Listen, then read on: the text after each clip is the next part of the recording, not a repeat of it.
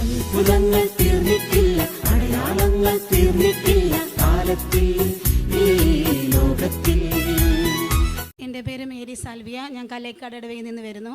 കഴിഞ്ഞ ശനിയാഴ്ച ഞങ്ങളുടെ സ്ഥലത്തിൻ്റെ ഇടപാടുമായിട്ടൊരു കേസ് നടക്കുന്നുണ്ട്. അപ്പോൾ ആ സ്ഥലത്ത് ആ വീട് വെച്ച് ഇരുന്നവർ ഇലക്ട്രിക്കിൻ്റെ അടിയിൽ കൂടെ മണ്ണെടുത്തിട്ട് കണക്ഷൻ കൊടുത്തു. അത് കൊടുത്ത് പണിതുകൊണ്ടിരിക്കുകയാണ്, കൊടുത്തിട്ടില്ല, അതിൻ്റെ പണി ചെയ്തുകൊണ്ടിരിക്കുകയാണ്. അപ്പോൾ എനിക്കറിയില്ല അതിൻ്റെ കാര്യങ്ങളൊന്നും. അപ്പോൾ ഞാൻ ജീവിത പങ്കാളിയെ വിളിച്ച് പറഞ്ഞു ഇതെങ്ങനെയാണ് കാര്യങ്ങൾ. അപ്പോൾ ആൾ വേറൊരാളോട് ചോദിച്ചപ്പോൾ ഓഫീസിൽ വിളിച്ചപ്പോൾ നിങ്ങൾ എത്രയും വേഗം ഇലക്ട്രിസിറ്റി ഓഫീസിൽ അറിയിക്കണം പറഞ്ഞു. അപ്പോൾ ഞാനും മോളും കൂടി പോയി ഇലക്ട്രിസിറ്റി ഓഫീസിൽ പോയി എങ്ങനെയാണ് എന്താ കാര്യം എന്ന് ചോദിച്ചപ്പോൾ അവർ പറഞ്ഞു ഞങ്ങളിവിടെ ഒരപേക്ഷയും സ്വീകരിച്ചിട്ടില്ല, അതിൻ്റെ കണക്ഷൻ്റെ കാര്യങ്ങളൊന്നും ഇവിടെ വന്നിട്ടില്ല ചേച്ചി, എന്താ ചെയ്യേണ്ടത് ചോദിച്ചു.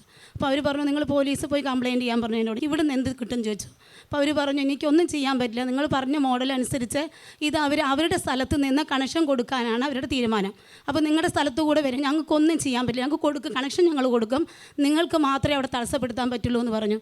അപ്പോൾ നിങ്ങൾ എന്തായാലും ഒരു അപേക്ഷ എഴുതി തരും, ഞങ്ങൾ അവിടെ വന്ന് നോക്കിയിട്ടേ പറയാൻ പറ്റുള്ളൂ പറഞ്ഞു. അപ്പോൾ ഓവർസിയറും അവിടുത്തെ ഓഫീസർ വാങ്ങി ഓഫീസറും കൂടെ വന്നു.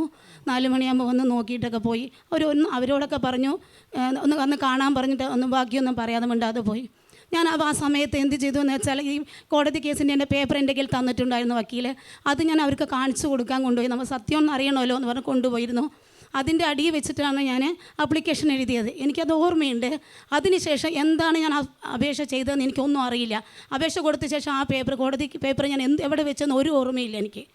അങ്ങനെ ഞാൻ വീട്ടിൽ വന്നു, നോക്കി, കിട്ടിയില്ല. അപ്പോൾ ഞാൻ എന്തായിരിക്കും എവിടെ വെച്ചോ ആലോചിച്ചുകൊണ്ടേ ഇരുന്നു. ശനിയാണ് സംഗതി, തിങ്കളാഴ്ച അങ്ങനെ നോക്കിയിരുന്നു, ആലോചിച്ചുകൊണ്ടിരുന്ന പക്ഷേ ഒന്നും നടക്കുന്നില്ല. കാര്യങ്ങൾ എന്തോ ചൊവ്വയാഴ്ചയായി, പിന്നെ അത് നോക്കാൻ പോയില്ല. ബുധനാഴ്ചയപ്പോൾ ഞാൻ എന്ത് പറഞ്ഞു വക്കീലിനെ ഒന്ന് കാണണം, അപ്പോൾ സംസാരിക്കട്ടെ പറഞ്ഞു. വക്കീലിൻ്റെ അടുത്തേക്ക് വരാൻ നേരത്തെ റെഡിയായി. ഈ പേപ്പർ ഒന്ന് കൊടുക്കണമല്ലോ എന്ന് തിരഞ്ഞപ്പോഴാണ് കാണാതായത്. എന്തായാലും നേരത്തെ ഇറങ്ങാനാണ് തീരുമാനം, ഇവിടെ വന്ന് കുർബാനയ്ക്കും കൂടണം, കൊന്തിയൊന്ന് ചൊല്ലി സിസ്റ്ററെ ഒന്ന് കണ്ടിട്ട് പോകാമെന്നൊക്കെ തീരുമാനം എടുത്തിട്ടാണ് ഇരുന്നത്. വേഗം ഞാൻ അങ്ങനെ ഇലക്ട്രിസിറ്റി ഓഫീസിൽ പോയി. 9 മണിക്ക് ആളോടൊന്നും പറഞ്ഞില്ല, ചീത്ത കേൾക്കും പറഞ്ഞിട്ട് മോളോട് മാത്രം പറഞ്ഞു പോയി. അവിടെ ചോദിച്ചപ്പോൾ അവർ പറഞ്ഞു ഇല്ല ചേച്ചി ഇവിടെ ഇല്ല, നിങ്ങൾ അന്ന് തന്നെ വരേണ്ടി ചോദിച്ചു. എനിക്ക് ഓർമ്മയില്ല എന്ന് പറഞ്ഞു. അങ്ങനെ ഞാൻ ഇവിടെ വന്നു. ഞാൻ റീനയോട് പറഞ്ഞു എനിക്ക് കൗൺസിലിംഗ് വേണമെന്ന് പറഞ്ഞിട്ടുണ്ടായിരുന്നു.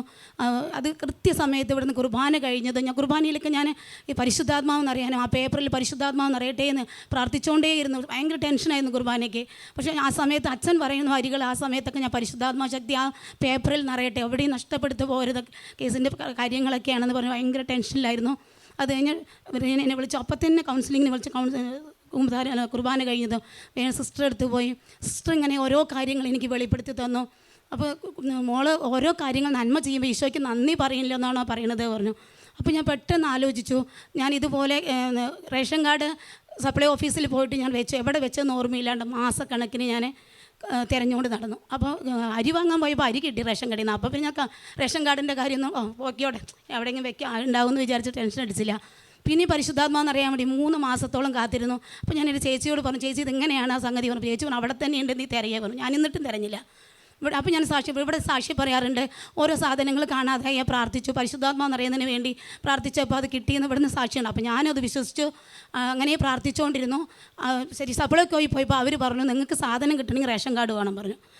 അപ്പോഴാണ് ഞാൻ റേഷൻ കാർഡിൻ്റെ വില മനസ്സിലാക്കി. അപ്പം തന്നെ വന്നു ഞാൻ പരിശുദ്ധാത്മാവിൽ നീ ഇടപെടണം, എനിക്കിനി വേറെ റേഷൻ കാർഡ് ഉണ്ടാക്കിയാൽ 200-300 രൂപ ഉണ്ടാക്കാൻ എനിക്ക് വയ്യ, പൈസ ഞാൻ ചിലവാക്കില്ല. ആ നിമിഷം ഞാൻ തിരഞ്ഞുകൊണ്ടിരിക്കണം, മോളുടെ ബുക്ക് വെച്ച ആ ബുക്കിൻ്റെ മേലെ ഇരിക്കുന്നുണ്ട്. അപ്പോൾ അങ്ങനെയുള്ള അവസ്ഥയിലൂടെ കഴിഞ്ഞു പോകുന്നു. അപ്പോൾ സിസ്റ്ററടുത്ത് ഞാൻ പറഞ്ഞു സിസ്റ്ററെ ഈ അവസ്ഥയുണ്ട്. അത് കഴിഞ്ഞിട്ട് ഞാൻ സിസ്റ്ററോട് പറഞ്ഞു സിസ്റ്റർ എൻ്റെ ഈ പേപ്പർ ഇങ്ങനെ കാണാതെ ഞാൻ ജീവിത പങ്കാളിയോടും കൂടെ പറഞ്ഞിട്ടില്ല, എന്താണ് ചെയ്യേണ്ടത് ചോദിച്ചു.